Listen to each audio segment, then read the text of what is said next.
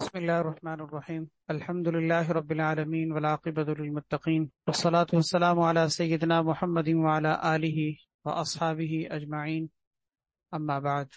آج کے درس میں انشاءاللہ سورۃ البقرہ کی آیت نمبر 177 اس آیت کی انشاءاللہ تفسیر ذکر کی جائے گی، اور تنہا یہ ایک آیت ہی اتنی جامع اور اتنی تفصیلی ہے کہ اس آیت کے اندر معانی اور مضامین کا ایک سمندر سمویا ہوا ہے۔ اسی لیے قرآن کریم کی اس آیت کو آیت البر بھی کہا جاتا ہے، اور دوسرے الفاظ میں اس کو قرآن کریم کی نہایت جامع ترین آیات میں شمار کیا گیا ہے۔ آیت البر اس کو اس لیے کہا جاتا ہے کہ اس کے اندر بر کی حقیقت کو واضح طور پر تفصیل سے ذکر کیا گیا ہے کہ بر کسے کہتے ہیں۔ بر کے معنی نیکی کے آتے ہیں، اور نیکی کسے کہا جاتا ہے، نیکی کا کیا تصور ہے۔ عام طور پر لوگ نیکی کا صحیح تصور نہ سمجھنے کی وجہ سے بعض محدود اور مخصوص چیزوں کو ہی نیکی سمجھتے ہیں۔ جیسے کسی نے اپنے ذہن میں نیکی کے بارے میں کچھ محدود سا تصور قائم کیا ہو، تو وہ اپنی محدود سوچ کے مطابق نیکی کو بس اس حد تک محدود رکھتا ہے۔ حالانکہ نیکی کسے کہا جاتا ہے، اسلامی نقطۂ نگاہ سے نیکی کا کیا تصور ہے اور اس کے اندر کتنی جامعیت اور وسعت ہے، اس آیت بر کے اندر انشاءاللہ آپ کے سامنے اس کی وسعت اور اس کی تفصیل آئے گی۔ اور اس کو آیت جامعہ اس لیے کہا جاتا ہے کیونکہ اس کے اندر نہایت جامعیت کے ساتھ نیکی کے تمام جتنے شعبے ہیں اور جتنی اس کی گہرائی ہے، اس کو نہایت جامعیت کے ساتھ، اختصار کے ساتھ اس ایک آیت میں ذکر کیا گیا ہے۔ اس آیت کا سب سے پہلے ہم ترجمہ دیکھ لیتے ہیں، اور اس کے بعد پھر انشاءاللہ اس کے مضامین پر مختصر کچھ بات ذکر کی جائے گی۔ اللہ تبارک و تعالی ہمیں سمجھنے کی اور عمل کرنے کی توفیق عطا فرمائے۔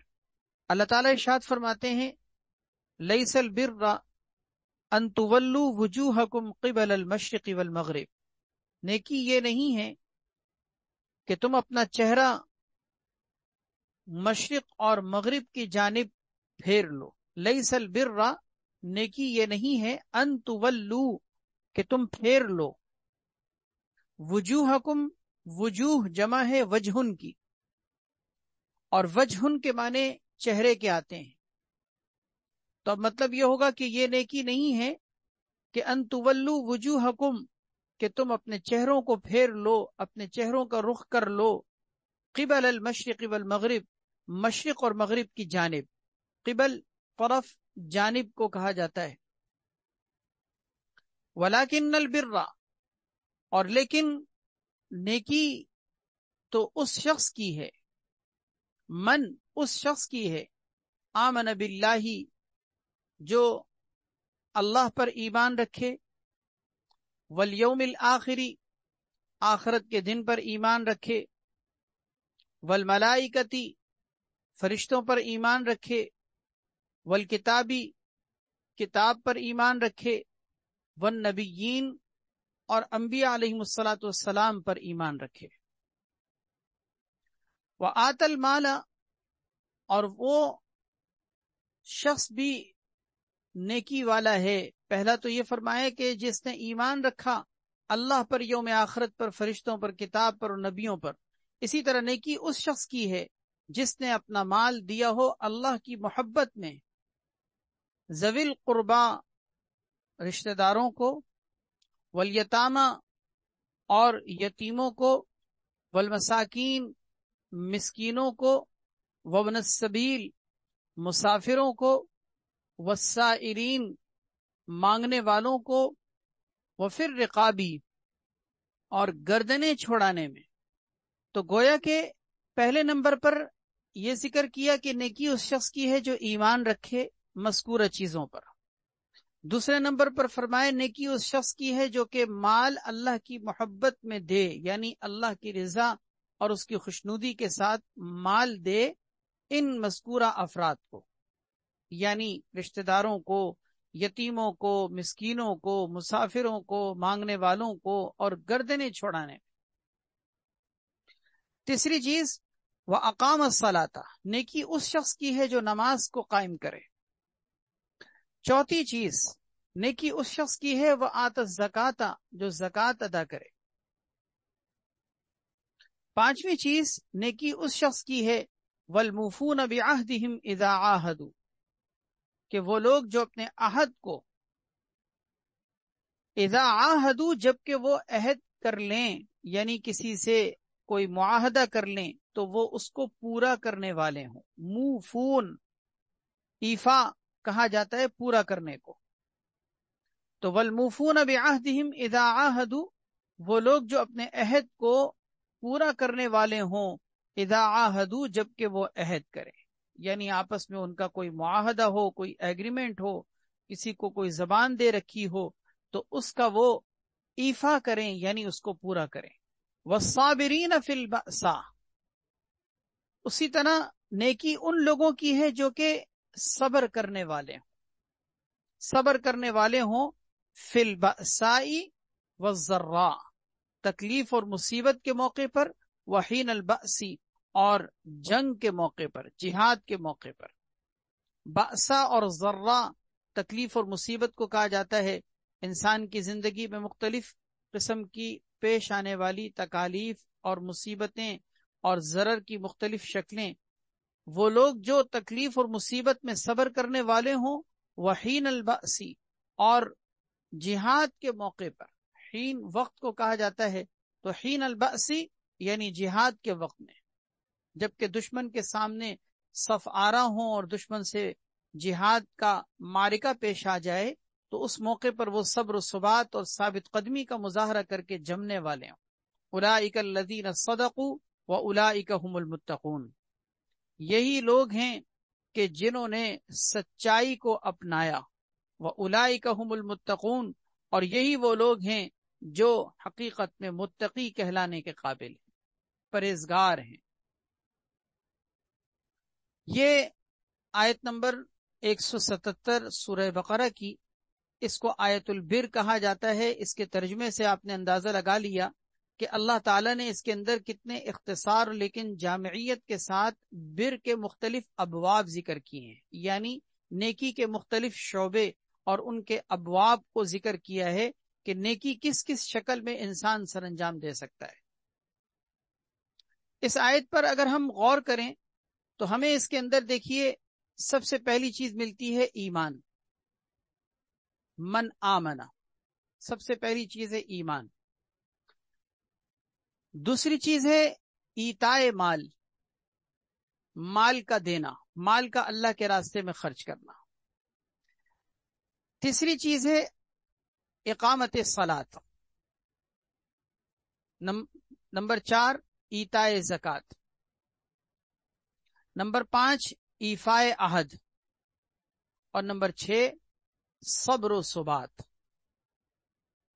یہ 6 چیزیں ہیں، گویا 6 طرح کے افعال ذکر کیے گئے ہیں کہ 6 طرح کے کام کرنا یہ انسان کے لیے نیکی ہے، اور نیکی ان 6 طرح کے مختلف نوعیتوں کے کاموں کو کرنے والا حقیقت میں بر کا اہتمام کرنے والا ہے۔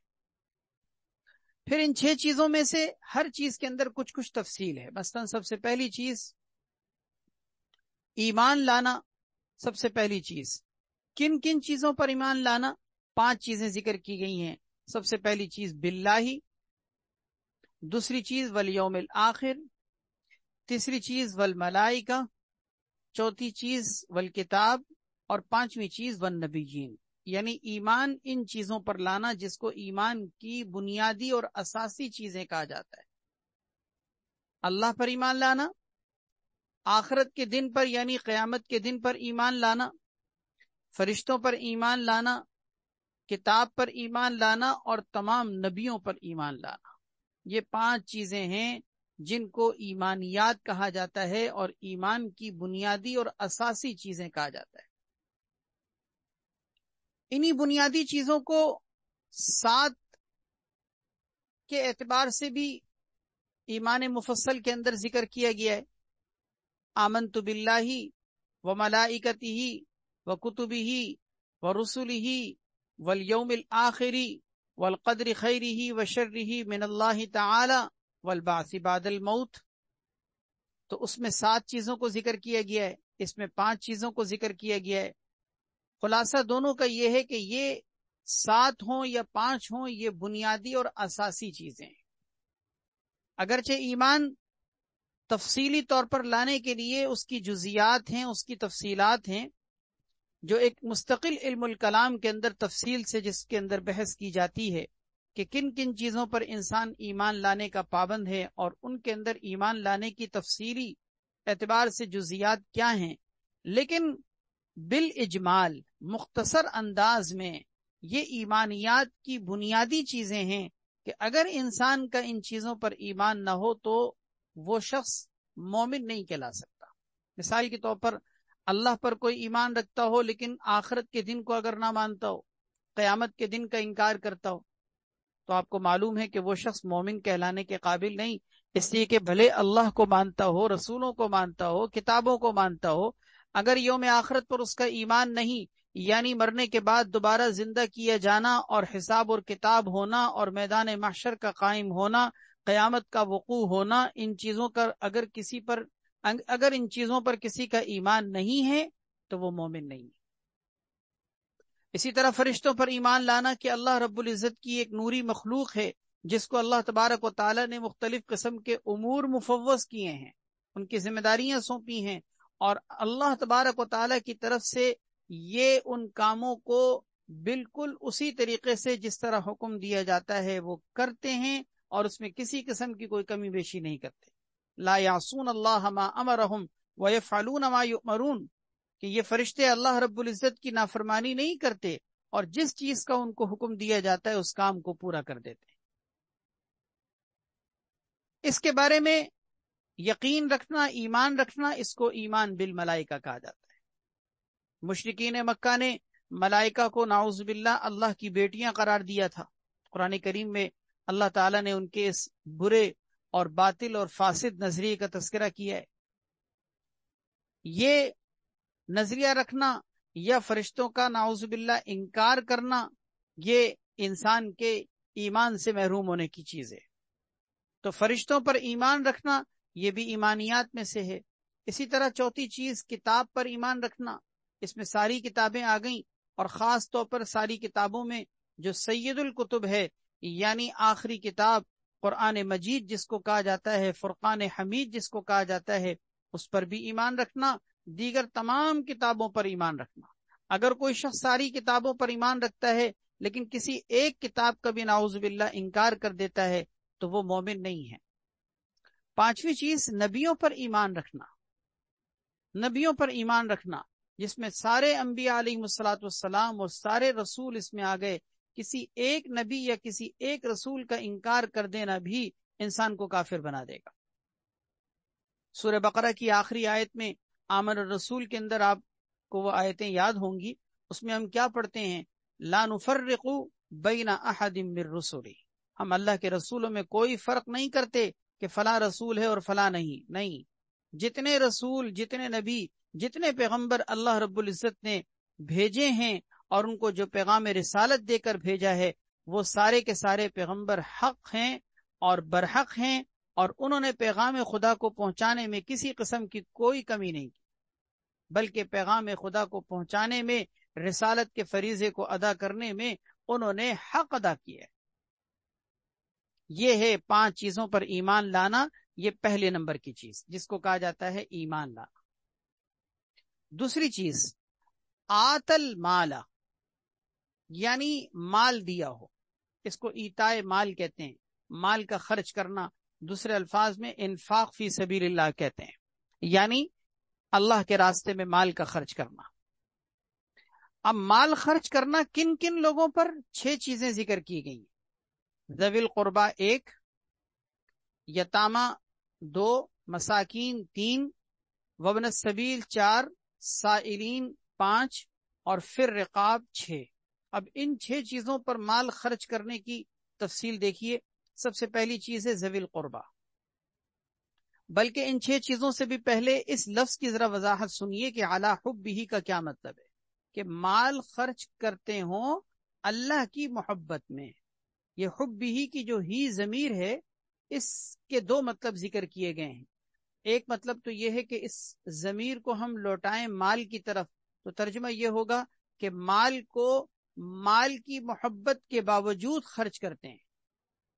مال کی محبت کے باوجود کیا مطلب؟ کہ مال کی ان کو محبت ہے، مال کی حرص ہے، مال کی طرف رغبت ہے، لیکن اس کے باوجود اللہ کے ڈر، اللہ کے خوف سے اور آخرت کے شوق سے اللہ کے حکم کو پورا کرنے کے لیے، باوجود اس کے کہ مال کی رغبت اور محبت ان کے دل میں ہوتی ہے، پھر بھی اللہ کے راستے میں خرچ کرتے ہیں. اور ظاہر ہے کہ یہ انسان کی ایک قربانی والی بات ہے نا، کہ مال کی طرف ایک انسان کی رغبت بھی ہے، پھر بھی مال اللہ کے راستے میں خرچ کر رہا ہے. دیکھیں نا، ایک مثال کے طور پر ایک انسان ہے، بستر مرگ پر آ گیا، مر رہا ہے. اب اس کو یقین ہے، ڈاکٹروں نے جواب دے دیا کہ بس یہ چند گھنٹوں کا یا چند دنوں کا مہمان ہے. اب اس کے پاس لاکھوں کروڑوں روپے کی مالیت موجود ہے، جائیداد موجود ہے. اب وہ یہ کہتا ہے مثلاً فلاں کو اتنا دے دو، یہاں خرچ کر دو، وہاں خرچ کر دو. یہ مال کی جو خرچ کرنے کی یا مال کو اللہ کے راستے میں خرچ کرنے کی یہ صورت اپنا رہا ہے، ٹھیک ہے، لیکن یہ اس وقت تو مال سے مستغنی ہو چکا ہے. اس کو کیا مال کی ضرورت، کیونکہ اس کو پتا ہے کہ میں تو بس چند گھنٹوں کا یا چند دنوں کا مہمان ہوں. ٹھیک ہے، یہ جو خرچ کر رہا ہے یہ بھی نیکی کا کام ہے، لیکن یہ اس درجے کی نیکی نہیں ہے جو ایک انسان صحت مندی کی حالت میں خرچ کرے. کیونکہ صحت مندی کی حالت میں جبکہ مال کی طرف انسان کی رغبت ہوتی ہے، اس کی ضرورت بھی ہوتی ہے، مال کی طرف انسان کو حاجت بھی ہوتی ہے، اس وقت اگر مال کو خرچ کرے تو یہ تو مال خرچ کرنے کا اعلیٰ ترین درجہ ہے. تو اس لیے اعلیٰ حبہ کا پہلا مطلب یہ ہے کہ مال کو مال کی محبت کے باوجود ان افراد پر خرچ کرے. یہ پہلا مطلب. دوسرا مطلب یہ کہ حبہ کی ہی ضمیر ہم مال کی طرف نہ لوٹائیں بلکہ اس ہی ضمیر کو اللہ کی طرف لوٹائیں. تو اب ترجمہ یہ ہوگا کہ مال کو اللہ کی محبت میں وہ خرچ کرتے ہیں، اللہ کی محبت میں. اور اللہ کی محبت میں خرچ کرنے کا مطلب اللہ کی رضا کے لیے، کہ اللہ راضی ہو جائے، اللہ کا حکم پورا ہو جائے. اللہ تبارک و تعالیٰ نے جو صدقات کے اور انفاق فی سبیل اللہ کے، کھانا کھلانے کے، غریبوں مسکینوں پر خرچ کرنے کے جو فوائد اور فضائل اور انعامات رکھے ہیں، میں ان کو حاصل کرنے والا بن جاؤں، اس جذبے کے تحت اللہ کے راستے میں مال خرچ کرنا. تو یہ دوسرا مطلب ہے. پہلا مطلب مال کی محبت کے باوجود مال کو خرچ کرنا، اور دوسرا مطلب مال کو اللہ کی محبت میں ان افراد پر خرچ کرنا. اور وہ 6 افراد ہیں. سب سے پہلے نمبر پر ذکر کیا ذوی القربہ، رشتہ دار. اس میں سارے رشتہ دار آ گئے، قرابت دار جن کو ہم کہتے ہیں نا، قرابت دار، رشتہ دار. رشتے یاد رکھیے 3 طرح کے ہوتے ہیں. ایک رشتہ وہ ہوتا ہے جو ددیالی کہلاتا ہے، والد کی جانب سے جو آپ کے رشتہ دار ہیں، جیسے آپ کے چچا ہیں، آپ کے دادا ہیں، چچا کے بیٹے ہیں، بھتیجے ہیں، بھتیجیاں ہیں، یہ آپ کے والد کی جانب سے رشتے ہیں. اور دوسرے رشتہ دار ہوتے ہیں جن کو کہا جاتا ہے ننہیالی رشتہ داری، جیسے آپ کی والدہ کی طرف کے رشتے، جیسے آپ کے ماموں ہیں، آپ کے نانا ہیں، آپ کی خالہ ہیں، اسی طریقے سے آپ کے ماموں زاد بھائی ہیں، یا اسی طرح خالہ زاد بھائی ہیں. تو یہ ننہیالی رشتہ دار. اور تیسرے رشتہ دار وہ ہوتے ہیں جو سحری رشتہ دار ہوتے ہیں، صاد کے ساتھ. سحری رشتہ دار کا مطلب ہوتا ہے جو رشتہ زوجیت کی وجہ سے پیدا ہوتے ہیں. مثلاً کسی نے نکاح کیا تو نکاح کرنے کے بعد جو رشتہ داریاں پیدا ہوئیں، مثلاً شوہر ہے تو اس کے لیے بیوی کے خاندان والے، اور بیوی ہے تو شوہر کے خاندان والے، یہ رشتہ سحریت کہلاتا ہے. کہ شوہر کے لیے بیوی کے تمام خاندان کے جتنے افراد ہیں وہ سب سحری رشتہ دار، اور بیوی ہے تو بیوی کے لیے شوہر کے سارے خاندان کے افراد اس کے سحری رشتہ دار ہیں. تو اب اس کا مطلب یہ ہوا کہ قرابت 3 طرح کی ہو گئی. ایک قرابت وہ ہوتی ہے جو ددیالی ہوتی ہے، دوسری وہ جو ننہیالی ہوتی ہے، اور تیسری وہ جو سحری ہوتی ہے. بہرحال چاہے وہ ددیالی ہو یا ننیالی ہو یا یہ کہ وہ سحری ہو، کسی بھی طرح کی رشتہ داری ہو، ان سب کو ذوی القربا کہا جاتا ہے، ان سب کو ذوی القربا کہا جاتا ہے۔ تو اب آیت کا مطلب یہ ہو گیا کہ نیکی ان لوگوں کی ہے کہ جو مال کی محبت کے باوجود اللہ کی محبت میں مال کو خرچ کرتے ہیں۔ سب سے پہلے نمبر پر ذکر کیا قرابت داروں پر، رشتہ داروں پر، رشتہ داروں پر خرچ کرنا یہ بھی مال کا نہایت عمدہ اور بہترین مصرف ہے۔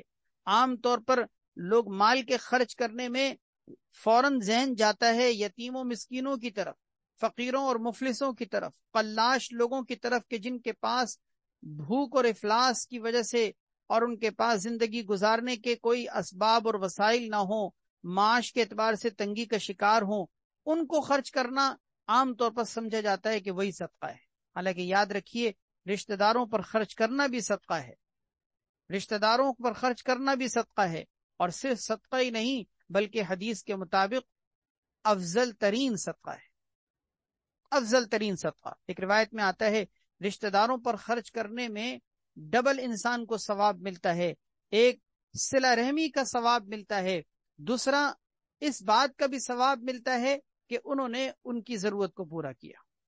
ایک صلہ رحمی کہ آپ نے مثال کے طور پر آپ نے کسی قرابت دار، کسی رشتہ دار پر خرچ کیا، تو اس خرچ کرنے کی وجہ سے آپ کو اس پر خرچ کرنے کا ثواب ملا جیسے صدقے کا ثواب ہوتا ہے، دوسرا اس بات کا بھی ثواب ملتا ہے کہ آپ نے اس کے ساتھ صلہ رحمی کی، تو ڈبل ثواب ہو گیا۔ تو ایک نہیں بلکہ اس میں ڈبل ثواب ہوتا ہے، صلہ رحمی کا بھی ثواب ہوتا ہے اور دوسرا یہ کہ خرچ کرنے کا بھی ثواب ہوتا ہے۔ اسی طریقے سے دوسرا اس کے اندر ایک حدیث میں یہ بھی ذکر کیا گیا ہے کہ ایسے رشتہ داروں پر خرچ کرنا کہ جن رشتہ داروں سے انسان کی دشمنی ہو، عداوت ہو، نفرت ہو، ان کے ساتھ معاملات میں اونچ نیچ ہو گئی ہو، ایسے رشتہ داروں پر خرچ کرنا افضل ترین خرچ، افضل ترین صدقہ ہے۔ جیسے کہ حدیث میں آتا ہے افضل ترین صدقہ وہ صدقہ ہے جو ایسے رشتہ داروں پر کیا جائے کہ جن کے ساتھ دل کی دوری ہو چکی ہو، دل کی دوری ہو چکی ہو، یعنی معاملات جن کے ساتھ متاثر ہو گئے ہوں، ایسے رشتہ داروں پر خرچ کرنا افضل ترین صدقہ ہے۔ کیوں افضل ترین صدقہ کیوں ہے؟ اس لیے کہ یہاں خرچ کرنا انسان کو بہت مشکل اور گرا محسوس ہوتا ہے۔ آپ سوچئے ذرا، اگر آپ اپنے گرد و پیش میں خاندان میں کچھ ایسے رشتے جن کے ساتھ آپ کا معاملہ قطع رحمی کا ہو، یا یہ کہ انہوں نے آپ کے ساتھ بدسلوکیاں کی ہوئی ہوں، آپ کے حقوق کو پامال کیا ہوا ہو، آپ کے ساتھ ظلم اور زیادتی کا رویہ اپنایا ہو، آپ کو زندگی کے مختلف پہلوؤں سے تنگ کر کے رکھا ہوا ہو، آپ کے ساتھ انہوں نے ناانصافی کر رکھی ہو، اگر ایسا کوئی رشتے کا معاملہ ہے اور آپ سے یہ کہا جائے کہ آپ ان کے ساتھ حسن سلوک کریں، ان کے اوپر مال خرچ کریں، ان کو جا کے تحفہ دیں، ان کو جا کے ہدیہ پیش کریں، تو آپ کے لیے کوئی کام یہ کرنا آسان تو نہیں ہوگا، مشکل ہوگا نا۔ کیوں؟ اس لیے کہ آپ کے ذہن میں فوراً یہ بات آئے گی کہ میں ان کے ساتھ کیوں اچھا سلوک کروں، انہوں نے تو میرے ساتھ یہ کیا ہے، یہ کیا ہے، یہ کیا ہے۔ تو اللہ کے نبی صلی اللہ علیہ وسلم نے اسی وجہ سے، چونکہ قربانی یہاں پر بڑی ہے تو اللہ کی طرف سے مہربانی بھی بڑی، جب قربانی بڑی ہوتی ہے تو مہربانی بھی اللہ کی بڑی ہوتی ہے، لہذا انسان کے لیے ایسے رشتہ داروں پر خرچ کرنا کہ جن رشتہ داروں سے انسان کا معاملہ اونچ نیچ کا ہو، ایسے رشتہ داروں پر خرچ کرنا افضل ترین صدقہ ہے۔ تو سب سے پہلے نمبر پر ذوی القربا ذکر کیا، رشتہ داروں پر خرچ کرنا۔ چوتھے پارے کی پہلی آیت ہے لن تنالوا البر حتى تنفقوا مما تحبون، کہ تم نیکی، کامل درجے کی نیکی کو اس وقت تک نہیں پا سکتے جب تک کہ تم اپنی محبوب اور پسندیدہ چیز کو اللہ کے راستے میں خرچ نہ کرو۔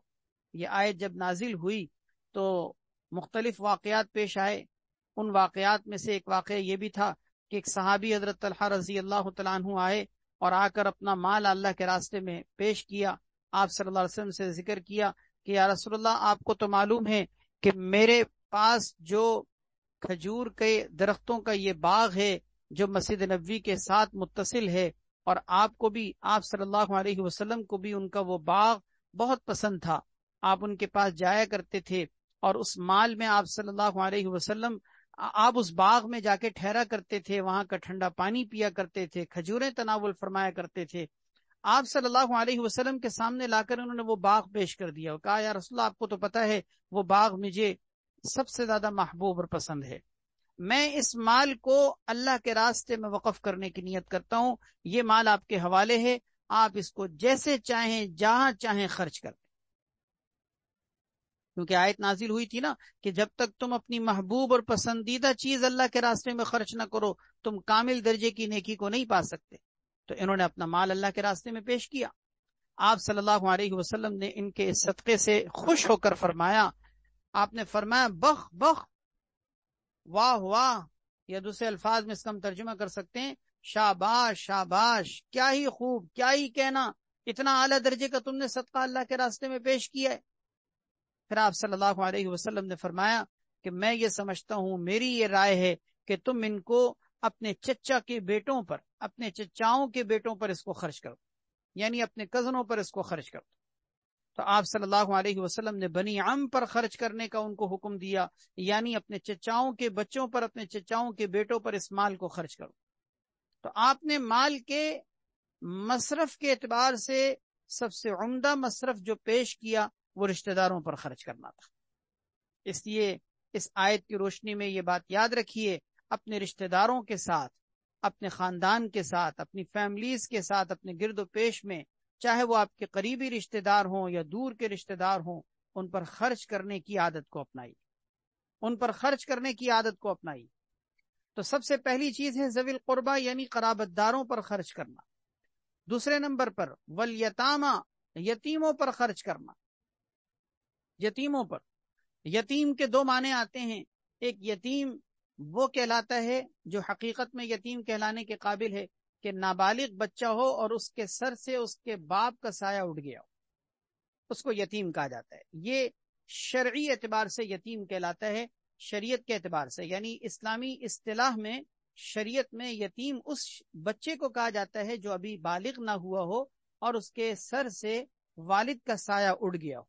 اب ظاہر ہے کہ عام طور پر والد کے انتقال کر جانے سے بچہ اس وقت یتیمی کی حالت میں، قسم پرسی کی حالت میں آ جاتا ہے، کیونکہ باپ جیسی شفقت اور باپ جیسا خیال رکھنا ظاہر ہے کہ اور کسی رشتہ داری میں حاصل نہیں ہوتا.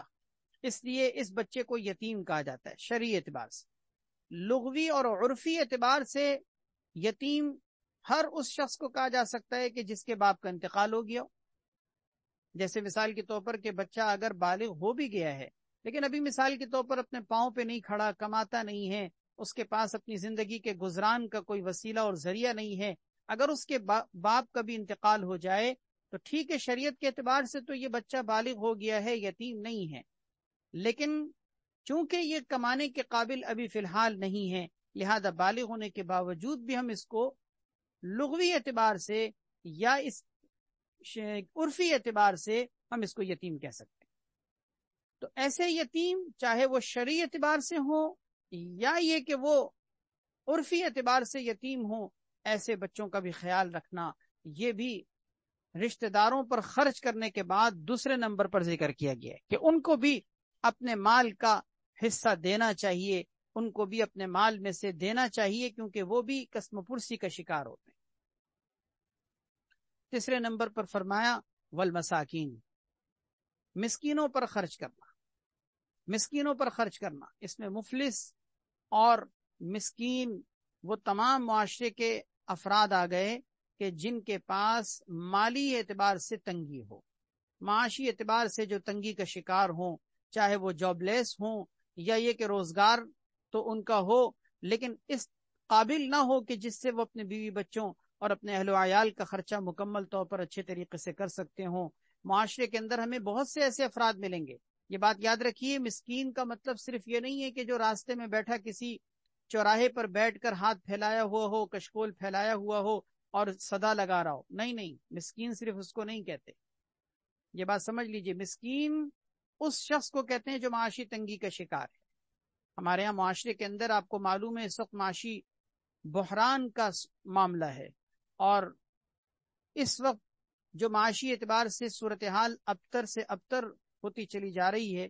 اللہ تبارک و تعالیٰ اس کو بہتر صورتحال میں تبدیل فرمائے۔ بہت سے ایسے لوگ کہ جو کما رہے ہیں اور روزگار جن کا چل رہا ہے، وہ لوگ بھی اپنی مہنگائی کی وجہ سے اور دوسری طرف اپنی روزی کے تنگ ہونے کی وجہ سے یا کم آمدنی کی وجہ سے مسکنت کا شکار ہے۔ کتنے ہی ایسے افراد، تو ایسے تمام لوگ بھی مسکین کہلانے کے قابل ہوتے ہیں۔ اگر آپ کے گرد و پیش میں، آپ کے ارد گرد میں اگر ایسے افراد آپ کو نظر آتے ہیں جو کم آمدنی کی وجہ سے معاشی تنگیوں کا شکار ہوں، اہل و عیال کی کثرت کی وجہ سے اور آمدنی کی قلت کی وجہ سے اگر وہ معاشرے کے اعتبار سے وہ تنگی معاش کے ساتھ زندگی گزار رہے ہیں اور اپنی سفید پوشی کا بھرم رکھنے کی وجہ سے کسی کے سامنے اپنی ضرورتوں کا تذکرہ نہیں کرتے، ایسے لوگوں کو ضرور اپنے مال میں سے خرچ کرنے کی کچھ نہ کچھ صفت اپنانی چاہیے کہ ان لوگوں پر مال خرچ کیا جائے، کیونکہ یہ حقیقت میں مسکین کہلانے کے قابل ہے۔ ایک روایت میں آتا ہے مسکین کامل درجے کا وہ نہیں ہے جو گھر گھر میں جا کے دستک دیتا ہے اور دروازے کھٹکھٹاتا ہے، کہ وہ لوگوں کے سامنے ہاتھ پھیلاتا ہے، کوئی ایک لقمہ دے دے یا دو لقمہ دے دے تو وہ چلا جاتا ہے۔ نہیں، فرمائے کامل درجے کا مسکین یہ نہیں ہے۔ کامل درجے کا مسکین وہ ہے کہ جو تنگی معاش کا شکار ہو لیکن اپنی ضرورت کو لوگوں کے سامنے ذکر نہ کرتا ہو، جس کی وجہ سے اس کی ضرورت لوگوں کے سامنے واضح نہیں ہوتی۔ لوگ سمجھتے ہیں کہ شاید یہ اچھی حالت میں ہے، حالانکہ وہ تنگی معاش کا شکار ہے، اس کو بھی مسکین کہا جاتا ہے۔ فرمایا کہ یہ مسکین کامل درجے کا ہے، کیوں؟ اس لیے کہ یہ لوگوں کے سامنے ضرورت کے لیے اپنے ہاتھ بھی نہیں پھیلا رہا۔ چوتھے نمبر پر ذکر کیا وابن السبیل۔ ابن السبیل کا لغوی معنی کے اعتبار سے ترجمہ بنتا ہے راستے کا بیٹا، لیکن یہ ایک اصطلاح ہے، راستے کا بیٹا یعنی اس کا مطلب مسافر۔ اس کا مطلب یہ ہوا کہ جو مسافر ہے، سفر کی حالت میں ہے، وہ بھی سفر کے دوران بعض اوقات مفلسی کا شکار ہو جاتا ہے، مثلا زاد راہ ختم ہو گیا، گھر سے وہ جو سرمایہ لے کے نکلا تھا، زاد راہ اور توشہ لے کے نکلا تھا اور راستے کا خرچہ لے کے نکلا تھا، ہو سکتا ہے راستے میں کچھ ایسے حالات پیش آ گئے، کوئی ایسی صورتحال پیش آ گئی کہ اس کے پاس اب راستے میں خرچ کرنے کے لیے پیسہ نہیں ہے، واپس گھر پہنچنے کے لیے اس کے پاس کرایہ نہیں ہے۔ اس طرح کے بعض اوقات مسافر پریشانی کا شکار ہوتے ہیں۔ تو اگر کبھی ایسا کوئی مسافر آپ کو ملے کہ جس کے پاس واقعی اس طرح کی صورتحال بن رہی ہو، تو اس مسافر کو اپنے مال میں سے دینا اور اس مسافر پر خرچ کرنا، یہ بھی خرچ کرنے کی اعلیٰ ترین شکل ہے۔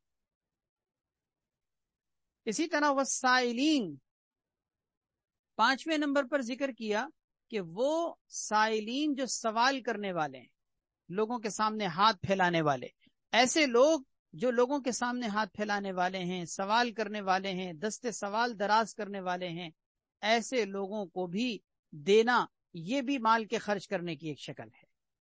اور چھٹے نمبر پر ذکر کیا وہ پھر رقاب، گردنیں چھڑانے میں، گردنیں چھڑانے میں مال خرچ کرنا۔ گردنیں چھڑانے کا ایک مطلب تو یہ ہے کہ کسی غلام کو خرید کے آزاد کرنا، جیسے کہ غلام کا جب دور تھا تو اس وقت یہ صورتحال ہوتی تھی کہ لوگ غلام خریدتے تھے، اور اس غلام کو خریدنے کے بعد اگر اس کو آزاد کر دیا جائے تو اس کا مطلب گردنیں خرید کے آزاد کی جا رہی ہیں۔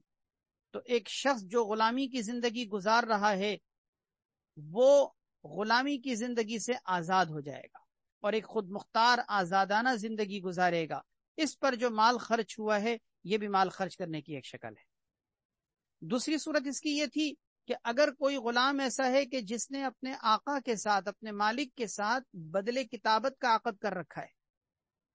بدلے کتابت کا عقد یہ ہوتا تھا کہ غلام اپنے آقاؤں سے یہ معاہدہ کیا کرتے تھے، مثال کے طور پر کہ ہم تمہیں 20,000 روپے لا کر کہیں سے دے دیں تو تم ہمیں آزاد کر دینا۔ مالک کہتا تھا کہ ٹھیک ہے، ہم تمہیں آزاد کر دیں گے۔ تو مالک کے ساتھ غلام کا ایک معاہدہ ہو جاتا تھا، ایک مثال کے طور پر جیسے کوئی بھی رقم طے کر لی جائے، مثلا 20,000 روپے طے کر لیے گئے کہ مالک نے یہ کہہ دیا کہیں سے بھی 20,000 روپے جا کے لاؤ اور مجھے دے دو، میں تمہیں آزاد کر دوں گا۔ تو یہ غلام کہلاتا تھا مکاتب غلام۔ اب اس مکاتب غلام کا کام یہ ہوتا تھا کہ وہ کام کاج کر کے کہیں نہ کہیں سے پیسے جمع کرتا تھا اور پیسے جمع کر کے مالک کو دیتا رہتا تھا۔ جب 20,000 روپے پورے ہو جاتے تھے تو یہ آزاد سمجھا جاتا۔ اس طرح کے کچھ عہد نبوی کے اندر بھی کئی واقعات پیش آئے۔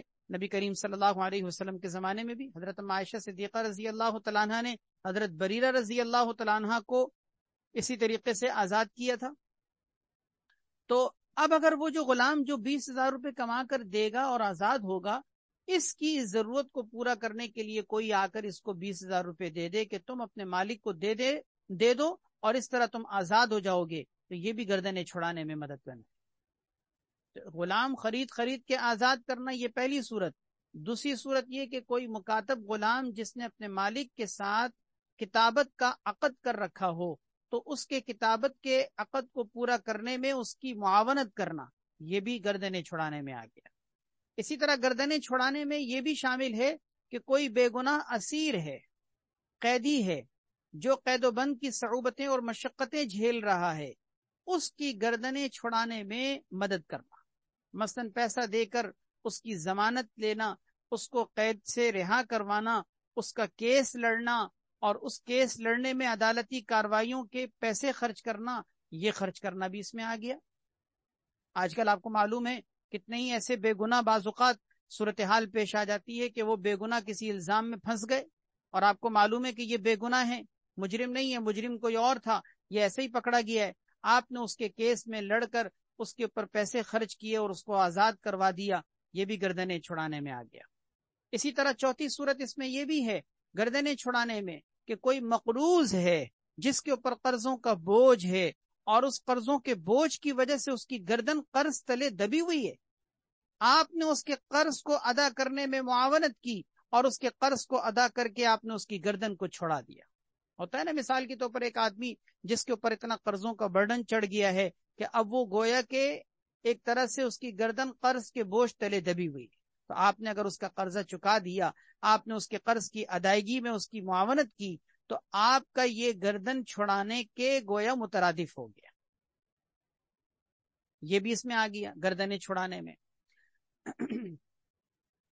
تو گردنیں چھڑانے میں یہ چاروں شکلیں آ گئیں. پانچویں شکل ایک اور بھی سن لیجیے. پانچویں شکل ایک اور بھی وہ یہ کہ گردنیں چھڑانے میں مدد کرنے کے اندر یہ بھی صورت داخل ہے کہ اگر کوئی شخص مثال کے طور پر کافر ہے جس کی گردن آزاد نہیں ہے جہنم سے، وہ جہنم کا مستحق ہے، کیونکہ جب تک کوئی شخص کفر میں ہے، کفر کی حالت میں ہے، شرک کی حالت میں ہے، وہ گویا کہ اپنی گردن کے اعتبار سے جہنم کے قابل ہے، جہنم کا مستحق ہے. کیونکہ خدا نہ خواستہ اللہ نہ کرے اگر کوئی شخص اس کفر کی حالت میں مر جاتا ہے تو کہاں جائے گا؟ آپ کو معلوم ہے مشرک کی تو مغفرت نہیں ہے نا. اب اگر آپ کو معلوم ہے کہ ایک شخص کافر ہے، مشرک ہے، اس کی گردن میں جہنم سے کسی طرح چھڑا دوں اور اس کو جنت کے راستے پر ڈال دوں، اس کے لیے آپ نے دعوت کا کام کیا، اس کو دین پر لانے، اسلام پر لانے، ایمان پر لانے اور مسلمان بنانے کے لیے اگر آپ نے مال خرچ کیا ہے، یہ بھی گردنیں چھڑانے میں آ گیا.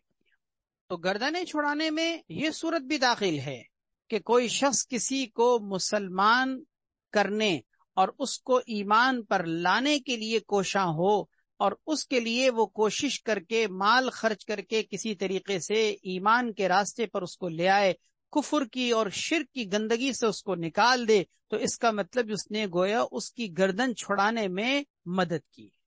گردن چھڑانے کا مطلب یعنی جہنم سے گردن چھڑا کر اس نے اس کو جنت کے راستے پر ڈال دیا. تو دیکھیے ایک چھوٹا سا جملہ ہے وہ پھر رقاب، لیکن اس کے اندر 5 معنی آ گئے. غلام آزاد کرنا، مکاتب غلام کو کتابت کے عقد کی ادائیگی میں مدد فراہم کرنا، اسی طریقے سے کسی کے مجرم نہ ہونے کی صورت میں جبکہ وہ قید و بند کی صعوبتیں مشقتیں جھیل رہا ہو اس کو چھڑانا، کسی مقروض کے قرضے کی ادائیگی کرنا، اور کسی کو مسلمان بنانے اور ایمان کے راستے میں لانے کے اندر مال خرچ کرنا، یہ سب وفر رقابی کے اندر داخل ہے. وفر رقابی تو چھوٹا سا جملہ لیکن کتنے ساری چیزیں اس کے اندر آ گئیں. تو خیر اب مال کے خرچ کرنے کے اندر 6 چیزیں ذکر کی گئیں کہ مال کی محبت کے باوجود مال خرچ کرنا رشتہ داروں پر، یتیموں پر، مسکینوں پر، مسافر پر، مانگنے والوں پر، اور گردنیں چھڑانے. 2 چیزیں ہو گئیں. سب سے پہلی چیز ایمان لانا، دوسری چیز مال دینا، تیسری چیز ہے وَأَقَامَ الصَّلَاةَ، نماز قائم کرنا.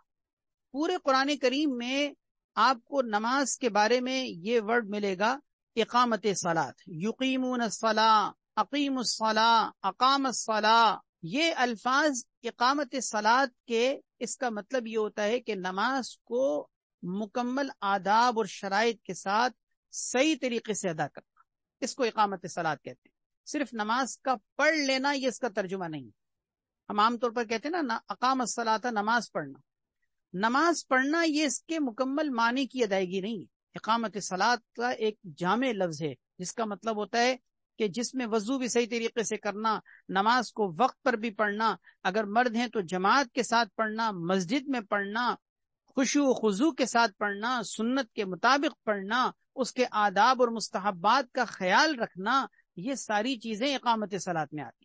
تو حاصل اس کا یہ نکلا کہ وہ صرف نماز کو پڑھتے ہی نہیں بلکہ نماز کو قائم کرتے ہیں. نماز کو قائم کرتے ہیں. 3 چیزیں ہو گئیں: ایمان لانا، مال دینا، نماز قائم کرنا. چوتھی چیز آت الزکات، زکوٰۃ ادا کرنا.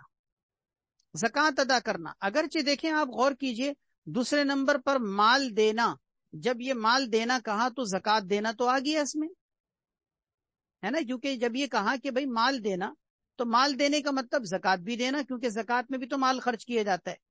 لیکن یہاں زکوٰۃ کو الگ سے اس لیے ذکر کیا کہ یہ مال عام طور پر جو خرچ کرنے کی شکل ہے کہ رشتہ داروں کو دینا، یتیموں کو دینا، مسکینوں کو دینا، مسافروں کو دینا، مانگنے والوں کو دینا، گردنیں چھڑانے میں خرچ کرنا، یہ اس سے ہٹ کر ایک مال کے خرچ کرنے کی واجبی شکل ہے جس کا کرنا ضروری ہے.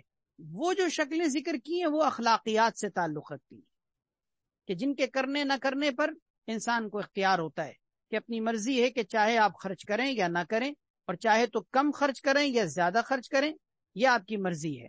لیکن یہ جو ہے آت الزکات، یہ مال کے خرچ کرنے کی ایک لازمی شکل ہے جس کا کرنا ہی کرنا ہے. اس کے کرنے میں کسی قسم کی کوتاہی قابل برداشت نہیں. چنانچہ یہ مال کے حقوق میں داخل ہے، مال کے فرائض میں داخل ہے کہ جب مال کی ایک مخصوص حیثیت اور وسعت اور ایک خاص مقدار اللہ رب العزت نے آپ کو عطا کی ہو تو آپ کی ذمہ داری ہے کہ مال کو اللہ کے راستے میں ان جگہوں پر خرچ کیجئے جہاں پر اللہ رب العزت نے آپ کو خرچ کرنے کا حکم دیا ہے. اور وہ کون لوگ ہیں؟ زکوٰۃ کے باقاعدہ مصارف ذکر کیے گئے ہیں کہ ہر جگہ آپ مال نہیں دے سکتے، آپ نان مسلم کو زکوٰۃ نہیں دے سکتے. سب سے پہلے نمبر پر آپ نے یہ دیکھنا ہے کہ جس کو آپ زکوٰۃ دے رہے ہیں وہ مسلمان ہونا چاہیے. دوسرے نمبر پر یہ دیکھنا چاہیے کہ وہ سید نہ ہو. تیسرے نمبر پر یہ دیکھنا چاہیے کہ وہ صاحب نصاب نہ ہو. اگر وہ خود صاحب نصاب ہے تو آپ اس کو زکوٰۃ نہیں دے سکتے. چوتھے نمبر پر یہ دیکھنا چاہیے کہ آپ کے ساتھ اس کی زوجیت کی رشتہ داری نہ ہو. زوجیت کی رشتہ داری کیا مطلب؟ کہ شوہر ہے تو بیوی کو زکوٰۃ نہیں دے سکتا اور بیوی ہے تو شوہر کو زکوٰۃ نہیں دے سکتی. کیوں؟ اس لیے کہ شوہر کے لیے بیوی اور بیوی کے لیے شوہر زوجیت کی رشتہ داری رکھتے ہیں، تو میاں بیوی ایک دوسرے کو زکوٰۃ نہیں دے سکتے. پانچویں نمبر پر یہ دیکھنا ضروری ہے کہ جس کو آپ زکوٰۃ دے رہے ہیں اس کے ساتھ آپ کا اصول و فروع کا رشتہ نہ ہو.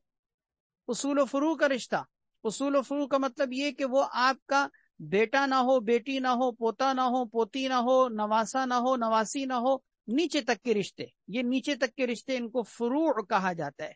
اور اصول کے رشتے کہلاتے ہیں کہ اوپر کے رشتے، جیسے مثلاً والد نہ ہو، والدہ نہ ہو، دادا نہ ہو، دادی نہ ہو، نانا نہ ہو، نانی نہ ہو، پڑ دادا نہ ہو، پڑ دادی نہ ہو، پڑ نانا نہ ہو، پڑ نانی نہ ہو، اوپر تک کے رشتے. تو اس کا مطلب یہ ہوا کہ پہلے نمبر پر یہ دیکھنا ہے کہ نان مسلم نہ ہو، دوسرے نمبر پر یہ دیکھنا ہے کہ سید نہ ہو، تیسرے نمبر پر یہ دیکھنا ہے کہ وہ صاحب نصاب نہ ہو، چوتھے نمبر پر یہ دیکھنا ہے کہ آپ کا وہ زوجیت کا رشتہ دار نہ ہو، اور پانچویں نمبر پر یہ دیکھنا ہے کہ آپ کا وہ اصول و فروع کا رشتہ دار نہ ہو. یہ گویا کہ مصرف زکوٰۃ کے اصول ہیں. اس اصول کو سامنے رکھتے ہوئے آپ مصارف زکوٰۃ کو متعین سمجھ سکتے ہیں کہ کون کون ہیں، کن کن کو زکوٰۃ دی جا سکتی ہے. اگر وہ ان اصول اور ان معیارات کے مطابق ہیں تو ان کو آپ زکوٰۃ دے سکتے ہیں. اس کے لیے ضروری ہے کہ آپ زکوٰۃ کی نیت سے دیں، تملیغ کے ساتھ دیں اور بغیر کسی عوض کے دیں. کیا مطلب؟ تملیغ کے ساتھ دیں، مالک بنا کر. آپ مالک بنا کر زکوٰۃ دے سکتے ہیں. آپ اگر صرف عارضی طور پر نفع اٹھانے کے لیے زکات دیں. مثلاً آپ نے کسی کو اپنا گھر فراہم کیا کہ میرے گھر میں کرائے پر آپ رہتے رہیں، 1 سال تک میں آپ کو کرائے پر اپنے گھر میں رکھوں گا، میرا سال بھر کا مثال کے طور پر کرایہ بنتا ہے 1.5 لاکھ روپے، میں آپ سے نہیں لوں گا. اس طرح سے آپ زکات نہیں دے سکتے. کیوں؟ آپ نے اپنے گھر کا نفع دیا ہے، اپنے گھر کا مالک تھوڑی بنایا ہے. تو تملیک کے ساتھ دینا ضروری ہے. اسی طرح نیت کے ساتھ دینا ضروری ہے کہ دیتے ہوئے نیت کریں. یہ نہیں کہ آپ غریبوں پر خرچ کر رہے ہیں بغیر کسی نیت کے اور آپ یہ کہیں کہ میں نے زکات کی نیت اب کر لی. نہیں، دیتے ہوئے نیت کرنا ضروری ہے. اسی طرح تیسرے نمبر پر بغیر کسی عوض کے دیں. یہ نہیں کہ آپ اپنے نوکر کو، اپنے خادم کو، اپنے گھر کے خانساموں کو جس سے آپ کام لیتے ہیں آپ اسی کی تنخواہ میں زکات دے رہے ہیں. نہیں، بغیر کسی عوض کے ہو. اس کا مطلب یہ ہوا کہ وہ 5 جو معیار ذکر کیے گئے ہیں ان معیارات کو سامنے رکھیے اور ان معیارات کو سامنے رکھتے ہوئے زکات کو دینے کا یہ انداز اختیار کیجئے کہ نیت کے ساتھ دیجئے، تملیک کے ساتھ دیجئے اور بغیر کسی عوض کے دیجئے.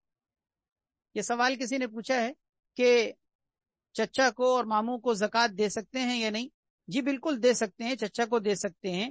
اسی طریقے سے جو ہے وہ آپ اپنے ماموں کو بھی زکات دے سکتے ہیں. چچا کے بچوں کو یعنی بھتیجوں کو دے سکتے ہیں. ماموں کو کے بچوں کو دے سکتے ہیں یعنی بھانجوں کو، بھانجیوں کو دے سکتے ہیں. یعنی گرد و پیش کے جتنے رشتہ دار ہیں وہ سب، ان سب کو دیا جا سکتا ہے. یہ 2 رشتہ دار ایسے ہیں جن کو نہیں دیا جا سکتا، یعنی شوہر بیوی کو نہیں دے سکتا، بیوی شوہر کو نہیں دے سکتی. اسی طرح کوئی اپنے بچوں کو، ان کے بچوں کو نیچے تک زکات نہیں دے سکتے. اسی طرح کوئی اوپر کو یعنی ماں باپ کو، دادا دادی کو، نانا نانی کو یا اس سے اوپر کے رشتہ داروں کو زکات نہیں دے سکتے. اپنی سسٹر کو زکات دے سکتے ہیں، اپنے برادر کو زکات دے سکتے ہیں، چاہے وہ شادی شدہ ہوں یا شادی شدہ نہ ہوں، سب کو زکات دی جا سکتی ہے. آپ سوچئے، سگے بھائی کو بھی زکات دی جا سکتی ہے، سگی بہن کو بھی زکات دی جا سکتی ہے. حالانکہ آپ کا وہ خونی رشتہ سگا رشتہ ہے لیکن پھر بھی زکات دے سکتے ہیں. بس شرط یہ ہے کہ وہ مستحق زکات ہوں، صاحب نصاب نہ ہو. کیونکہ 5 معیار میں ایک یہ بھی تو ذکر کیا گیا تھا نا کہ وہ صاحب نصاب نہ ہو، نان مسلم نہ ہو. دوبارہ سن لیجئے 5 معیار: نان مسلم نہ ہو، دوسرے نمبر پر سید نہ ہو، تیسرے نمبر پر صاحب نصاب نہ ہو. اگر وہ صاحب نصاب ہے، صاحب نصاب کا مطلب یعنی تقریباً 1 لاکھ آج کل کے اعتبار سے 52.5 تولہ چاندی کی مالیت کا نصاب بنتا ہے تقریباً کوئی 1,33,34 ہزار کے لگ بھگ. تو اگر آج کل کے اعتبار سے دیکھا جائے تو کوئی 1,33,000 یا 34,000 روپے کا اگر مالک ہے یا اتنی مالیت کا اس کے پاس سونا موجود ہے، سلور موجود ہے یا جائیداد موجود ہے کمرشل طور پر یعنی تجارتی سامان جس کو کہتے ہیں، یا اتنا کیش موجود ہے تو اس کو آپ زکات نہیں دے سکتے کیونکہ وہ صاحب نصاب ہے. بہرحال بات پھر ہم زکات کے مسائل کی طرف چلی جائے گی تفصیل میں جانے کے بجائے. میں اصل بات یہ ذکر کر رہا تھا کہ چونکہ یہ مال کا ایک واجبی حق ہے اور جس کی ادائیگی ضروری ہے، لہذا اس ادائیگی کو ضروری بتانے کے لیے الگ سے اس کو ذکر کیا ہے کہ یہ مال کا اخلاقیات کے اعتبار سے دینے کا انداز نہیں ہے بلکہ یہ تو فرض ہے، یہ تو دینا ہی دینا ہے. اچھا، کتنی چیزیں ہو گئیں؟ ایمان لانا، مال دینا، نماز قائم کرنا، زکات ادا کرنا. 4 چیزیں ہو گئیں. 5ویں چیز ہے ایفاء عہد. والموفون بعہدہم اذا عاہدوا. ایفاء عہد، ایفاء عہد کا مطلب یہ ہوتا ہے کہ آپ کے ساتھ کسی کا معاہدہ ہوا ہو، آپ نے کسی کے ساتھ کوئی عہد کیا ہو، کوئی زبان دی ہو، کوئی وعدہ کیا ہو تو آپ اس کو پورا کرنے کے پابند ہیں شرعی اعتبار سے. اس عہد کی پاسداری ایمان کا حصہ ہے. لا دین لمن لا عہد لا، جس کے اندر عہد کی پاسداری نہیں اس کے اندر دین، اس کا دین کامل نہیں ہے، اس کا دین کامل نہیں ہے. منافق کی یہ نشانی ہے کہ جب وہ عہد کرتا ہے تو اس کی خلاف ورزی کرتا ہے. منافق کی نشانی وعدہ خلافی کرنا، عہد کی پاسداری نہ کرنا، ایگریمنٹ کرنے کے بعد اس کو توڑ دینا، زبان دے کے مکر جانا. اللہ اکبر. یہ آج ہم مسلمانوں کے اندر ایسے گناہ پھیل گئے ہیں کہ الامان والحفیظ کہ آج مسلمانوں کے اندر یہ اب گناہ ہونے کی فہرست ہی نکل چکے. کہتے ہیں جی مارکیٹ میں بیٹھے ہوئے، تجارت کرتے ہوئے، کاروبار کرتے ہوئے یہ کام کرنے پڑتے ہیں. نعوذ باللہ، نعوذ باللہ. جھوٹ بولے بغیر سمجھتے ہیں کہ شاید تجارت ہو نہیں سکتی، وعدہ خلافی کے بغیر تجارت ہو نہیں سکتی، معاہدے کو توڑے بغیر تجارت ہو نہیں سکتی. کوئی پیسہ کسی سے ادھار لے، وقت پر اس کو واپس کر دے، کتنا مشکل ہے آپ کو معلوم ہے. آج کل آپ کسی کو قرض دیں اور وہ قرض جس تاریخ تک لینے کا اس نے وعدہ کیا تھا، اس وعدے کے مقررہ تاریخ پر آ کر وہ مطابق آپ کو اگر آ کر قرض واپس کر دے، یہ بڑے کم لوگ ہوتے ہیں جو یہ کام کرتے ہیں. ورنہ تو کہتے ہیں نا کہ فون کون نہیں اٹھاتا، جواب یہ کہ جس نے آپ کا پیسہ کھایا. کیسی عجیب بات مشہور ہو گئی ہے کہ کسی کے پیسہ مانگنے پر، ادھار مانگنے پر، قرض مانگنے پر اگر قرض دے تو وہ بے وقوف ہوتا ہے، اور جو وقت پر واپس کر دے وہ اس سے بڑا بے وقوف ہوتا ہے.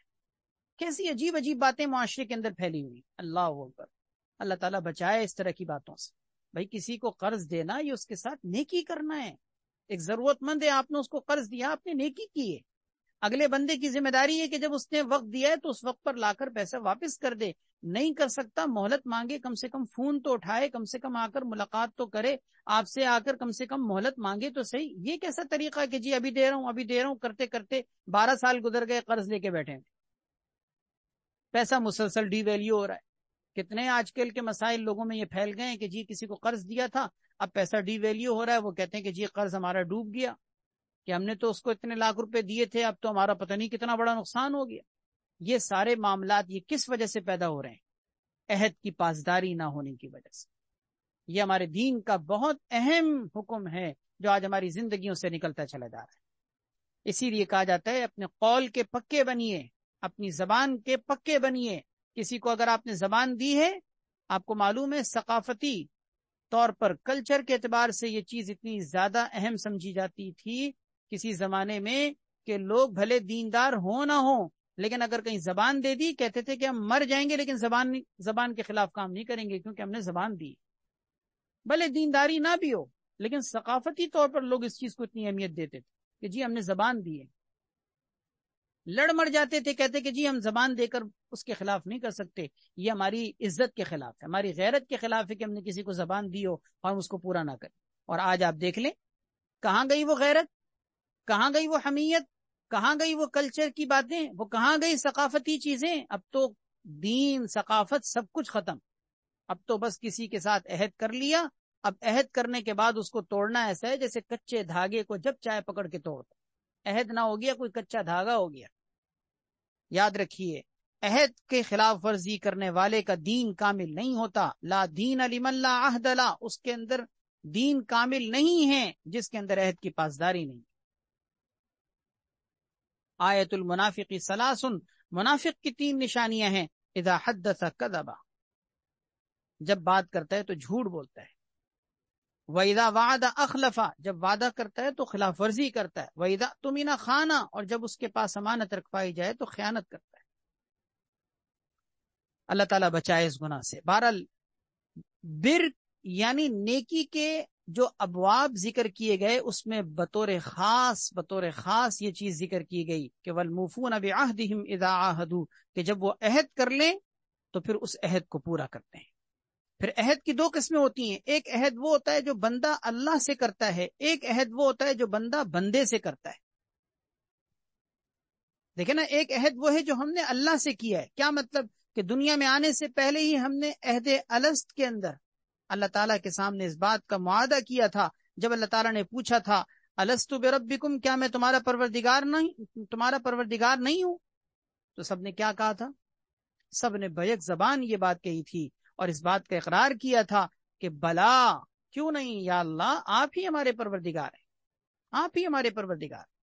تو یہ عہد جو اللہ تعالیٰ سے ہم نے کیا ہے، دنیا میں آ کر انسان اس عہد کو پورا کرنے کا پابند ہے. یعنی صرف اللہ کو اپنا رب کہنا. مال ہمارا رب نہیں ہے، پیسہ ہمارا رب نہیں ہے، یہ کوٹھی بنگلے جائیداد، یہ سونا چاندی، یہ دنیا کی چمک دمک، یہ رب نہیں ہے ہمارے. ان کے پیچھے اللہ کو چھوڑنا، دین کو قربان کرنا، قرآن و سنت کو پس پش ڈالنا، دنیا کے حرص و طمع کے لیے اپنی آخرت کو برباد کرنا، یہ اس عہد کی خلاف ورزی ہے. اللہ کے ساتھ بندے کا جو عہد ہوا ہے، اس عہد کو پورا کیجئے. یعنی اپنے رب کو اپنا رب مان کر جان کر اس کی ربوبیت کا حق ادا کیجیے کہ اللہ رب ہمارا پروردگار ہے، ہم اللہ کے حکم کو ہی ہمیشہ مقدم رکھیں گے، ہم مال کو حیثیت نہیں دیں گے، ہم اپنے رشتوں کو بھی حیثیت نہیں دیں گے جب تک کہ وہ اللہ کے حکم کے مطابق نہ ہو۔ مثال کے طور پر اگر کوئی ماں باپ ہیں، کتنا بڑا رشتہ ہے، آپ کو معلوم ہے کتنا بڑا رشتہ ہے، لیکن اگر ماں باپ بھی، قرآن کریم میں آتا ہے سورہ لقمان کے اندر کہ تمہیں اگر شرک کا کہیں کہ میرے ساتھ کسی کو شریک ٹھہراؤ، فلا تطعہما، ان کی اطاعت مت کرنا، کیونکہ اللہ کے ساتھ جو تمہارا عہد ہوا ہے وہ عہد ہر چیز پر مقدم ہے، ہر چیز پر مقدم۔ ہاں، وصاحبہما فی الدنیا معروفا، دنیا کی زندگی کے اندر ان کے ساتھ اچھا سلوک کرتے رہو، لیکن ان کی یہ بات تم نہیں مانو گے اگر وہ تمہیں اللہ کے ساتھ شریک کرنے پر پابند کرے۔ تو بہرحال اس کا مطلب یہ ہوا کہ اللہ کے ساتھ ایک عہد ہوتا ہے، اور ایک عہد وہ ہوتا ہے جو بندے کا بندے کے ساتھ ہوتا ہے۔ اس کی بہت ساری شکلیں جو میں نے بھی آپ کے سامنے ذکر کی کہ بندہ کسی کے ساتھ کوئی معاہدہ کرتا ہے، کوئی ایگریمنٹ کرتا ہے، اس ایگریمنٹ کو پورا کرنا چاہیے۔ تو اللہ کے ساتھ بھی عہد کو پورا کیجئے، اللہ کی مخلوق کے ساتھ کیے گئے عہد کو بھی پورا کیجئے۔ 5 چیزیں ہو گئیں: ایمان لانا، مال دینا، نماز قائم کرنا، زکوٰۃ دینا، اور عہد کو پورا کرنا۔ 6ٹھی چیز، آخری چیز ہے والصابرین فی البأساء والضراء وحین الباس۔ اس 6ٹھی چیز کا نام ہے صبر و ثبات۔ دوسرے الفاظ میں اس کو ہم کہتے ہیں صبر کے ساتھ دین پر ثابت قدمی کا مظاہرہ کرنا، صبر و ثبات جس کو کہتے ہیں۔ اس کے اندر 2 چیزیں آتی ہیں۔ ایک چیز یہ ہے کہ مصائب و آلام، تکالیف، بیماریاں، پریشانیاں، آفتیں، بلائیں، آزمائشیں ہر انسان کی زندگی کا حصہ ہے۔ آپ کو معلوم ہے کوئی انسان دنیا کے اندر ایسا نہیں ہے کہ جو یہ کہے مجھے کوئی غم نہیں ہے، کوئی غم نہیں، کوئی شخص ایسا نہیں، حتیٰ کہ انبیاء علیہ الصلوۃ والسلام، آپ کو معلوم ہے کائنات کی سب سے زیادہ مقدس ترین ہستیاں وہ کون تھیں؟ انبیاء اور رسول تھے، لیکن ان کے اوپر بھی غم آئے، ان کے اوپر بھی تکلیفیں آئیں، ان کے اوپر بھی پریشانیاں آئیں، ان کے اوپر بھی بیماریاں آئیں۔ تو کوئی شخص جب انبیاء علیہ الصلوۃ والسلام ہونے کے باوجود بھی جب غم سے، تکلیف سے محفوظ نہیں، تو عام آدمی کیسے کہہ سکتا ہے؟ تو ہر انسان کی زندگی میں تکالیف آتی ہیں، بیماریاں آتی ہیں، پریشانیاں آتی ہیں، مختلف قسم کے مصائب و آلام آتے ہیں۔ اللہ تعالیٰ نے قرآن کریم میں کہا ہے وَلَنَبْلُوَنَّكُمْ بِشَيْءٍ مِّنَ الْخَوْفِ، ہم ضرور بضرور تمہیں آزمائیں گے، خوف دے کر، بھوک دے کر، اسی طرح مال اور اولاد وغیرہ اور پھلوں میں کمی کر کے، مختلف شکلوں میں۔ تو ہر انسان کی زندگی میں تکالیف تو آتی ہیں، لیکن ان تکالیف پر صبر کرنا، اللہ سے راضی رہنا، تسلیم و رضا کا پیکر بننا، یہ سوچنا کہ یہ تکالیف میرے رب کی طرف سے ہیں، میں اللہ تبارک و تعالیٰ کی ناشکری نہیں کروں گا، بے صبری نہیں کروں گا، اللہ تعالیٰ کے میں ہر فیصلے پر راضی ہوں، کیونکہ میرا رب میرے حق میں کبھی بھی برا نہیں چاہ سکتا۔ یہ تسلیم و رضا کہلاتا ہے، اسی کو صبر کہتے ہیں۔ تو انسان ایک تو تکالیف اور مصیبتوں پر صبر کرنا سیکھے، دوسرا ثابت قدمی کے ساتھ دین پر جمے رہے، چاہے جہاد کا موقع ہو کافروں کے ساتھ، چاہے جہاد کا موقع ہو شیطان کے ساتھ، چاہے جہاد کا موقع ہو اپنے نفس کے ساتھ۔ دیکھیے حین الباس، یہ جو لفظ ہے حین الباس، اس کا مطلب ہوتا ہے جہاد کے وقت میں۔ جہاد ایک تو وہ ہوتا ہے جو اعلیٰ ترین جہاد، یعنی قتال جس کو کہتے ہیں، کافروں کے ساتھ جہاد کرنا، اس موقع پر بھی ثابت قدمی کا مظاہرہ کرنا، سینہ تان کر دشمن کے سامنے سینہ سپر ہونا، اور اس معرکے میں آگے سے آگے بڑھنا، بھلے شہید ہو جائے، اپنے تن من دھن سب کچھ قربان کر دینا، یہ اعلیٰ ترین قربانی ہے۔ لیکن ایک اس سے ہٹ کر بھی انسان کی زندگی میں مختلف جہاد کی شکلیں ہوتی ہیں۔ مثال کے طور پر آپ کا اپنے نفس کے ساتھ مستقل جہاد چلتا ہے، آپ کا شیطان کے ساتھ مستقل جہاد چلتا ہے۔ شیطان آپ کو برائی پر اکساتا ہے، برائی پر آمادہ کرتا ہے، آپ اس کی اگر مانیں گے اس کا مطلب آپ مغلوب ہو گئے، شیطان غالب ہو گیا۔ اگر آپ اس کی نہیں مانیں گے آپ غالب ہو گئے، شیطان مغلوب ہو گیا۔ تو شیطان کے ساتھ یہ فائٹ مسلسل چلتی ہے، کبھی وہ آپ کے اوپر چڑھ جاتا ہے، کبھی آپ اس کے اوپر چڑھ جاتے ہیں، کبھی وہ آپ پر غالب آ جاتا ہے، کبھی آپ اس کے اوپر غالب آ جاتے ہیں، کبھی وہ فاتح بن جاتا ہے، آپ مفتوح ہو جاتے ہیں، کبھی آپ فاتح بن جاتے ہیں، وہ مفتوح ہو جاتا ہے۔ یہ کشتی، یہ فائٹ، یہ مسلسل لڑائی شیطان کے ساتھ ہمیشہ چلتی ہے، اور جب تک آپ کے دم میں دم ہے، آپ کی سانسیں چل رہی ہیں، جب تک آپ کی زندگی ہے، یہ چلتی رہے گی۔ کبھی شیطان یہ نہیں آپ سوچیں کہ شیطان چاہے کتنا ہی آپ اس کو ہرا دیں، کبھی وہ ہار نہیں مانتا، وہ مستقل کوشش میں رہتا ہے۔ لیکن اس فائٹ میں ہم نے ہمیشہ اس موقع پر ثابت قدمی کا مظاہرہ کرنا ہے۔ ہم نے اگر وہ ہمیں گرا بھی دے، اگر وہ ہمیں چت کر بھی دے، اگر وہ ہم پر غالب آ بھی جائے، تو ہم نے ہار نہیں ماننی۔ جیسے کہ وہ ہار نہیں مانتا تو ہم کیوں مانیں؟ ہم دوبارہ کھڑے ہو جائیں۔ اگر وہ ہمیں گرا دیتا ہے پھر کھڑے ہو جائیں، پھر گرائیں اس کو۔ آپ نہ چت کر سکے نفس کے پہلواں کو۔ حضرت حکیم اختر صاحب رحمہ اللہ تعالی کا یہ شعر اگر آپ نے سنا ہو، نہ چت کر سکے نفس کے پہلواں کو، تو یوں ہاتھ پاؤں بھی ڈھیلے نہ ڈالے۔ نہ چت کر سکے نفس کے پہلواں کو، تو یوں ہاتھ پاؤں بھی ڈھیلے نہ ڈالے۔ ڈھیلے نہ چھوڑ دے کہ بس گرے تو گرے رہ گئے، نہیں، ارے اس سے کشتی تو ہے عمر بھر کی، ارے اس سے کشتی تو ہے عمر بھر کی۔ کیا مطلب؟ ساری زندگی اس کے ساتھ کشتی چلتی رہے گی، کبھی وہ دبا لے کبھی تو دبا لے۔ کیا عجیب شعر ہے! یعنی یہی منظر کشی کی ہے کہ نہ چت کر سکے نفس کے پہلواں کو، تو یوں ہاتھ پاؤں بھی ڈھیلے نہ ڈالے، ارے اس سے کشتی تو ہے عمر بھر کی، کبھی وہ دبا لے کبھی تو دبا لے، کبھی وہ دبا لے کبھی تو دبا لے۔ یہی ساری زندگی کرنا ہے نفس کے ساتھ اور شیطان کے ساتھ۔ یاد رکھیے مسلسل ہم فائٹ میں، مسلسل جہاد میں، صبح بھی، دوپہر بھی، شام بھی، گھر میں بھی، گھر سے باہر بھی، ہر جگہ ہمارا نفس کے ساتھ جہاد چل رہا ہے۔ ہر وقت نفس ہم پر حاوی ہونے کی کوشش کرتا ہے، شیطان ہم پر حاوی ہونے کی کوشش کرتا ہے۔ ہمارا کام یہ ہے ثابت قدمی کا مظاہرہ کرنا۔ والصابرین فی البأساء والضراء وحین البأس۔ جہاد کے موقع پر، چاہے وہ نفس کے ساتھ جہاد ہو، چاہے وہ شیطان کے ساتھ جہاد ہو، چاہے وہ کافروں کے ساتھ جہاد ہو، ہم نے ثابت قدمی کا مظاہرہ کر کے دین پر جمنا ہے، استقامت کا پہاڑ بن کر دین پر جمنا ہے۔ یہ نہیں کہ ہار مان لی، گرے تو گرے پڑے رہ گئے، نہیں نہیں نہیں۔ ہم نے اگر وہ گرائے بھی، ہم پھر کھڑے ہو جائیں۔ آج اگر گناہ ہو گیا، توبہ کر کے پھر سے صاف ستھرے ہو جائیں۔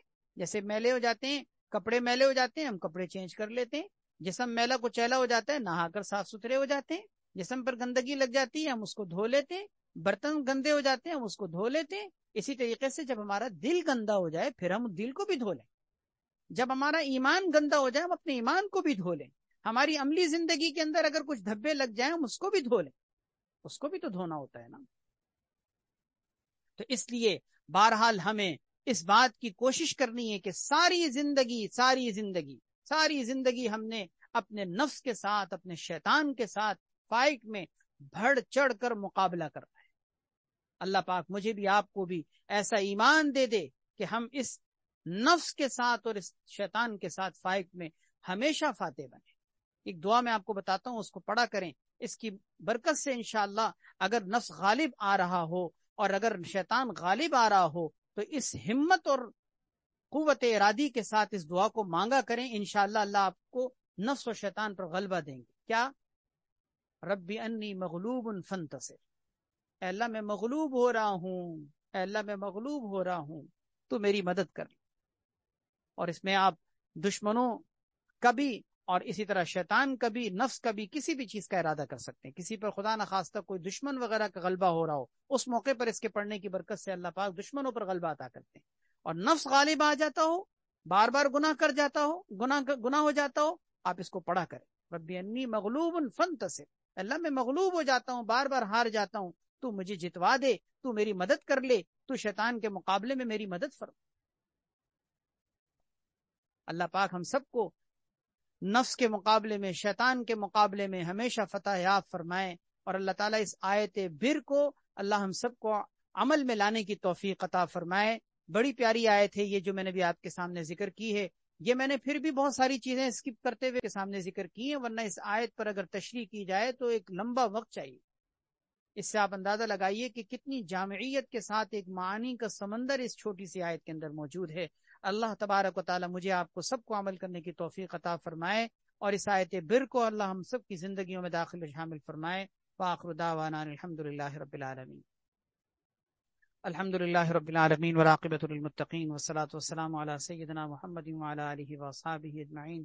ربنا آتنا فی الدنیا حسنۃ وفی الآخرۃ حسنۃ وقنا عذاب النار۔ رب اغفر وارحم وانت خیر الراحمین۔ یا اللہ اپنے فضل و کرم سے ہم سب کے تمام گناہوں کو معاف فرما۔ یا اللہ ہم سب کی کامل مغفرت فرما، بخشش فرما، ہم سب سے راضی ہو جا، عفو درگزر کا معاملہ فرما، دنیا آخرت کی ساری خیریں عطا فرما۔ یا اللہ ہر شر سے، ہر برائی سے، ہر تکلیف سے، ہر مصیبت سے، ہر بیماری سے، ہر آفت سے، ہر بلا سے ہماری حفاظت فرما۔ ہمارے آگے سے، پیچھے سے، اوپر سے، نیچے سے، دائیں سے، بائیں سے، ہر جہت سے ہمیں تحفظ عطا فرما۔ یا اللہ ہم سب کی تمام پریشانیوں کو دور فرما، ہماری اس مجلس کو اپنی بارگاہ میں قبول فرما۔ یا اللہ اس میں جو محبت اور عقیدت کے ساتھ اپنی اصلاح کی فکر لے کر جو لوگ آتے ہیں، جمع ہوتے ہیں، یا اللہ اپنے فضل و کرم سے سب کو ہدایت نصیب فرما۔ یا اللہ سب کے دلوں کو نور ہدایت سے منور فرما، سب کی اصلاح فرما، سب کی بہترین تربیت فرما۔ یا اللہ سب کو ان کے گھروں میں عافیت و سکون و خوشیاں نصیب فرما، سب کی آنکھوں کو اولاد کی جانب سے ٹھنڈا فرما، ہر طرح کے فتنوں سے حفاظت فرما، ہر طرح کے مصائب و آلام سے محفوظ فرما۔ ہم میں سے جس کے دل میں جو بھی تقاضے ہیں، جو بھی نیک حاجتیں ہیں، تمنائیں ہیں، اللہ اپنے فضل و کرم سے پورا فرما۔ یا اللہ ہماری اس مجلس کو اپنی بارگاہ میں قبول فرما۔ سبحان ربک رب العزت عما یصفون وسلام علی المرسلین والحمد للہ رب العالمین۔ آمین آمین آمین برحمتک یا ارحم الراحمین۔